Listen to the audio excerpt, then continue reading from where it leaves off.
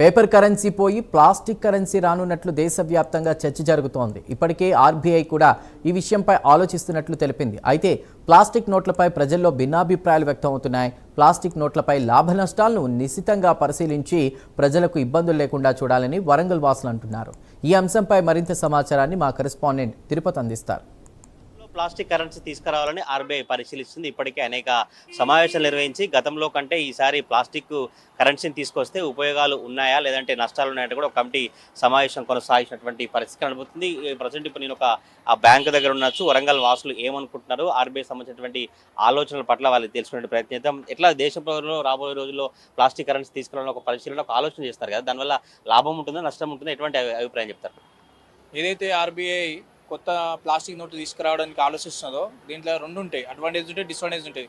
Advantage ఏంటిదంటే ఈరోజు మనము ఏదైతే నోట్స్ పేపర్ నోట్స్ ఉన్నాయో అది వాడడం వల్ల చినగడం కావచ్చు, ఒకవేళ వాటర్లో పడితే తడవడము, అలాగే ఏమంటారు అంటే అది మరకలు జరిగినా కూడా అంటే ఇంకు మార్కు పడ్డా కూడా వేరే బ్యాంకులలో తీసుకోరు. కానీ ఏదైతే ప్లాస్టిక్ నోట్స్ ఉన్నాయో అవి చినగకపోవడము, మరకలు అంటే దాని మరకలు కూడా కాకపోవడం కూడా ఇది ఒక అడ్వాంటేజ్.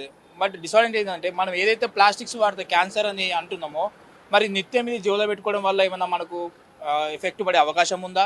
ఇంకోటి ఏంటంటే ప్లాస్టిక్స్ ఏవైతే ఉంటాయో అవి సర్టెన్ పీరియడ్ వరకు దాన్ని ఒక పరిమితి ఉంటుంది. మరి దీన్ని ఏ విధంగా ఆర్బీఐ వాళ్ళు మరి చూస్తారు, అది కూడా ఆలోచించాలి.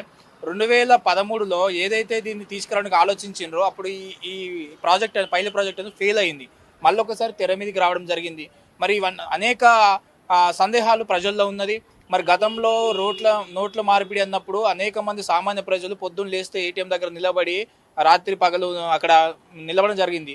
మరి ఇప్పుడు అదే పరిస్థితి మరి మళ్ళీ మనకు వస్తే మరి సామాన్య ప్రజలు రోజు కూలివారు వేసుకునే ప్రజల యొక్క సమస్యలు ఎలా ఉంటుంది అన్నది.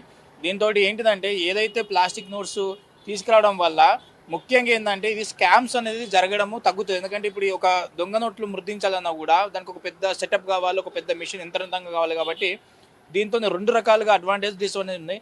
మరి నిజంగా కేంద్ర ప్రభుత్వము సామాన్య ప్రజలకు ఏదైనా మంచి జరగాలనుకుని తీసుకొస్తే మాత్రం ఎలాంటి అభ్యంతరం లేదు. కానీ మళ్ళీ ఆదానికో లేకపోతే బడ వ్యాపారవేత్తలకు మరి కేంద్ర ప్రభుత్వం వాళ్ళకు అవసరం కోసం చేస్తే మాత్రము మరి నిజంగా ప్రజలు అన్యాయం చేసిన వాళ్ళు అవుతారు. కాబట్టి మరి ఆర్బీఐ కూడా ఏదైతే ఈ నోట్లను తీసుకురావడానికి ప్లాన్ చేస్తున్నదో దీనికి అన్ని విధాలుగా పరిశీలించి ఒక ఎక్స్పెరిమెంట్ చేసి అలాగే దేశంలో ఉన్న ప్రజలందరికీ దీనివల్ల లాస్ ఏంటిది, బెనిఫిట్స్ ఏముంటుంది అని ఒక అవగాహన కల్పించి సడన్గా అంటే ఏదైతే వాళ్ళు మార్పిడి చేయాలనుకున్నప్పుడు వెంటనే కాకుండా కొద్దిగా ఒక నెల 1 month 2 months టైం ఇచ్చి దీని యొక్క అధికారులతో సహా ఏ పరంగా అయితే ఎస్ఐఆర్ పరంగా ప్రజలకు అవగాహన కల్పిస్తున్నారో అదేవిధంగా కేంద్ర ప్రభుత్వం అన్ని రాష్ట్రంలో ఉన్న అన్ని జిల్లాలకు అన్ని ఉన్నత అధికారులు కావచ్చు, జిల్లా స్థాయి కలెక్టర్లకు ఆదేశాలు జారీ చేసి వీటి మీద అవగాహన కల్పించే విధంగా చొరవ తీసుకోవాలని కోరుతున్నాం. గతంలో మీకు ఎప్పుడైనా ఎదురైనా నోట్లు 20 రూపాయల నోట్లు 50 రూపాయలు చిరిగిపోవడం కావచ్చు, ఖరాబ్ అయిపోవడం, ఏదైనా ఇబ్బంది పడిన పరిస్థితి ఏర్పడినాయి మీకు ఎప్పుడైనా?